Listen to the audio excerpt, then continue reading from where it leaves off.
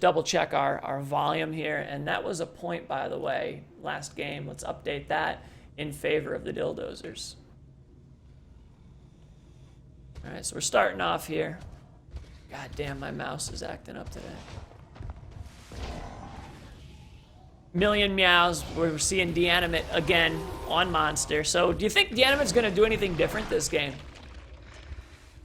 It's tough to say. He should really focus on fighting in the caves, especially with the team he's going against. Out in the open, he's going to get spanked. Yeah, no, I agree with you, man. I agree with you. Now, my big thing is I think he needs to be more aggressive. This is a version of Evolve where it pays to be aggressive, because if you're running the Hunters, they're going to get you. They're going to get you. That's just a given. But they're going to be hammering on you as well. I think it's very important for Monsters to push that attack, because when you're pushing that attack, the Hunters, they're shielding, they are juking, they are, you know, using all those other abilities, and they're not shooting you as much. Because Absolutely. I just think it's more important to be aggressive, and it's a better defense. Yep, you got to set up more ambushes. You got to make sure you split them up, because right now, like, he's got his first dome already. It's going to be painful. He doesn't even have half for his speed. Yeah, and I want to know, like, why is he focusing on Parnell there? He's got that damage reduction up. I mean, maybe he's just trying to tumble him to mitigate damage. Maybe that's his plan, tumble Parnell, mitigate damage. But he's going really hard on Dylan right now when you have a Rogue Val, and I'd almost, you know, prefer to go for the support or something like that. And he's eating a lot of damage from that overhead orbital too, man.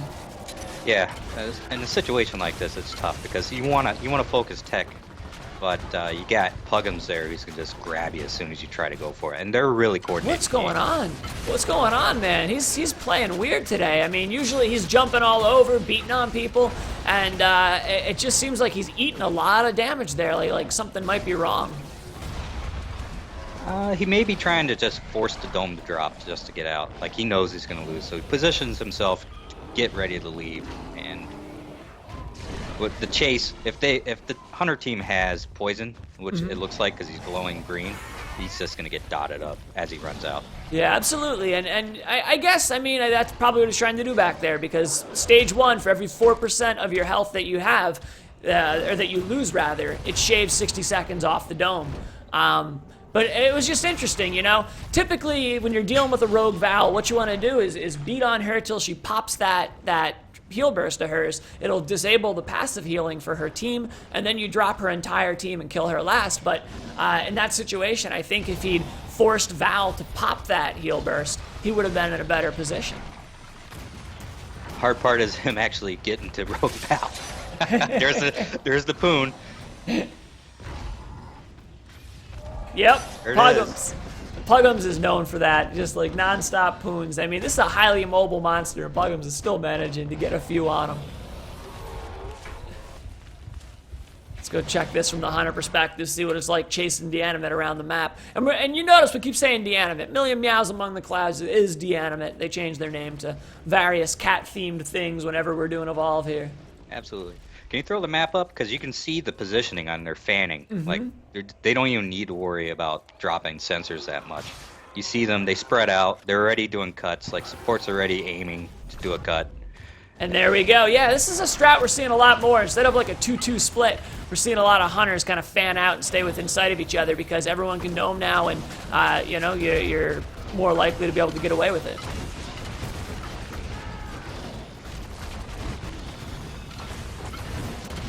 And down comes the orbital right there. Now, this is a real tough spot to fight up here, because it's wide open, man. It's wide open, and this is where they can exploit that positioning.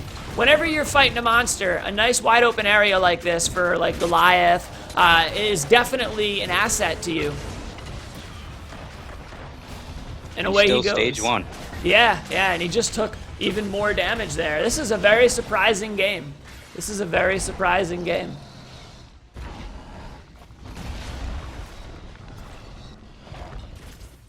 I'd also like to point out, too, that we are running with buffs on. The devs are trying to balance buffs so that they do work in competitive. It's something we can use. But there's no Tyrant buff yet, so he's got no way to get that health back. He can't just, like, sneak down here and eat a Tyrant like he used to be able to. What's the time right now?